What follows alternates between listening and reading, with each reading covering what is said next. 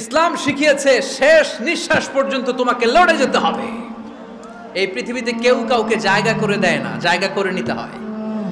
এই পৃথিবীটা the life is not a bed of roses, এটা ফুল বিছানো কোনো ফুল সজ্জা নয়, এটা কণ্টকাকীর্ণ। কেউ আপনার স্পেস করে দিবে না, কেউ আপনাকে সুযোগ করে দিবে না, কেউ আপনার জায়গা করে দিবে না, বরং আপনি জায়গা করে নিলে টাইনা নিচে নামাবে। কথা বলেন। এজন্য কখনো অলসতাকে স্থান দেয়া যাবে। রাসূল বাত্তালি দুক্কানুশ শয়তান, অলস মস্তিষ্ক শয়তানের আড্ডা। অলস যদি কেউ থাকে এটারে টেনে বেঁধে কাজে নামাবেন, পারা যাবে? আমরা আমাদের সমতল ভূমিতে চাষ করতে চাই না।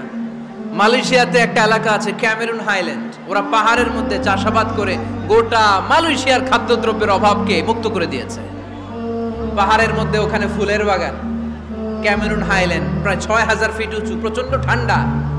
এই ঠান্ডা পাহাড়ে হিল ট্রাক্স এরিয়াতে মালয়েশিয়ার এই ক্যামেরুন হাইল্যান্ডে ওখানে আছে ফুলের বাগান, আছে ফলের বাগান, আছে চায়ের বাগান, ওখানে মধুর চাষ হয়, ওখানে শাকসবজি চাষ হয়, ওখানে অনেক কিছু চাষাবাদ হয়। ওই ফলমূল শাকসবজি দিয়ে গোটা মালয়েশিয়ার 14টা স্টেটে যত শাক সবজি ফলমূল লাগবে ওরা আঞ্জাম দেয়।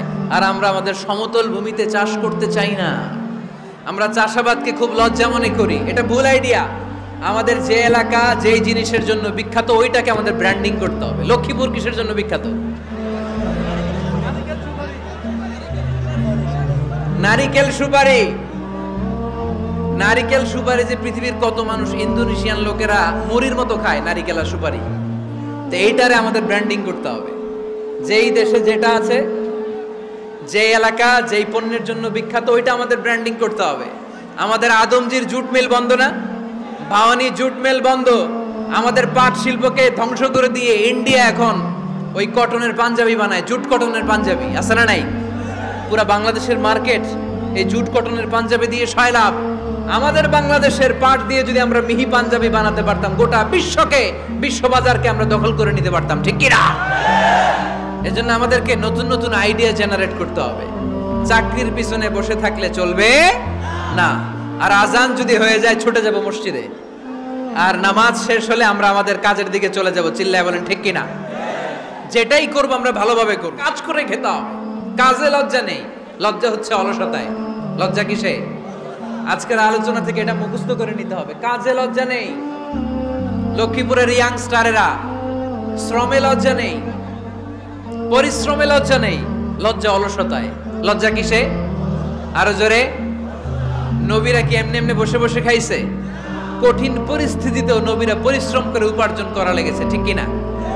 সাইয়েদনা মারিয়াম আলাইহিস সালাম, যার নামে আল্লাহ তাআলা কোরআনে একটা সূরা দিলেন, উনি পৃথিবীতে এমন একজন মহিয়সী নারী, যেই নারীর গর্ভে, যেই নারীর পেটের ভেতরে স্বামীর স্পর্শ ছাড়া সন্তান দিয়েছে কে? সাইয়েদনা ঈসা আলাইহিস সালাম পেটে আসলেন। মারিয়াম আলাইহিস সালাম লজ্জা পেলেন। হায় হায়, কেমন করে এলাকাবাসীদের কাছে আমি আমার মুখ দেখাবো? বিয়ে করি নাই, স্বামী নাই, বিয়ে হয় নাই, স্বামী নাই, কিন্তু পেটে সন্তান চলে এসেছে। হায় হায়, এলাকায় কেমনে মুখ দেখাবো? লজ্জায় পড়ে মারিয়াম আলাইহিস সালাম এলাকা থেকে চলে গেলেন। কি অবাক করা কাণ্ড!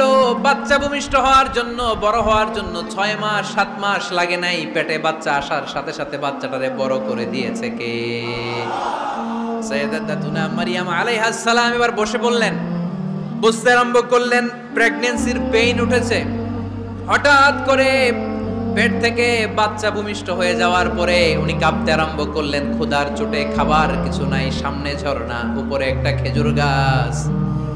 সাইয়েদনা ঈসা আলাইহিস সালামকে কোলে নিয়ে মারিয়াম আলাইহিস সালাম মনে মনে ভাবে, হায় রে, কেউ যদি একটু খেজুর পেড়ে দিত, এই ক্ষুধার মুহূর্তে আমি খেজুর খেয়ে পেটের ক্ষুধা নিবারণ করতাম।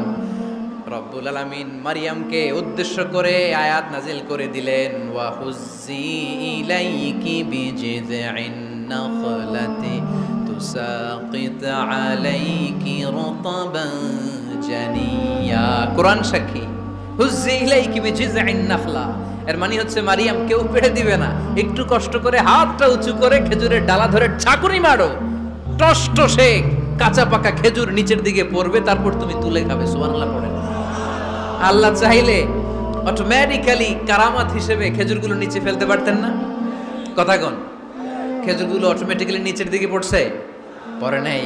আল্লাহ শিক্ষা দিয়েছে, যেই পরিস্থিতিতে থাকো না কেন তোমাকে শ্রম ব্যয় করে কষ্ট করে তোমার উপার্জন করতে হবে, রিজিকের বন্দোবস্ত করতে হবে। চিল্লায় বলেন ঠিক কিনা? ইসলাম আমাদেরকে এটাই শিখিয়েছে, কাজে লজ্জা নাই। আবার বিশ্বনবী বললেন, ইন খামাতিস সাআ ওয়া ফি ইয়াদি আহাদিকুম ফাসিলাতুন, তোমাদের কারো হাতে যদি একটা চারা বীজ থাকে, সে যদি দেখে কিয়ামত হতে শুরু করেছে, ফাইন ইসতাতাআ আন ইয়াগরিসাহা ক্বাবলা আন তাকুমাস সাআ ফালইয়াগরিসহা, কারো হাতে একটা চারা বীজ নিয়ত করেছে, চারা বীজটা রোপণ করবে, ইন দ্য মিন টাইম দেখলো কিয়ামত হতে শুরু করেছে, বিশ্বনবী বললেন যদি তোমার সুযোগ থাকে কিয়ামত হওয়ার আগে চারা বীজটা রোপণ করে দাও। কথা বুঝতে পেরেছেন? আপনার হাতে একটা চারা বীজ, আপনি প্ল্যান করেছেন এই চারা বীজটা রোপণ করবেন, ইন দ্য মিন টাইম দেখলেন কি হওয়া শুরু হয়েছে, ইযা জুলজিলাতিল আরদু জিলজালাহা, দ্য বিগেস্ট আর্থকোয়েক, ভূমিকম্প শুরু হয়েছে, কিয়ামত হয়ে যাবে। বিশ্বনবী বললেন কিয়ামত হইতেছে ওদিকে, আর তোমার হাতে যদি চারা বীজ থাকে দেরি করো না, কিয়ামত তোমার কাছ পর্যন্ত আসার আগে সুযোগ পেলে চারা বীজটা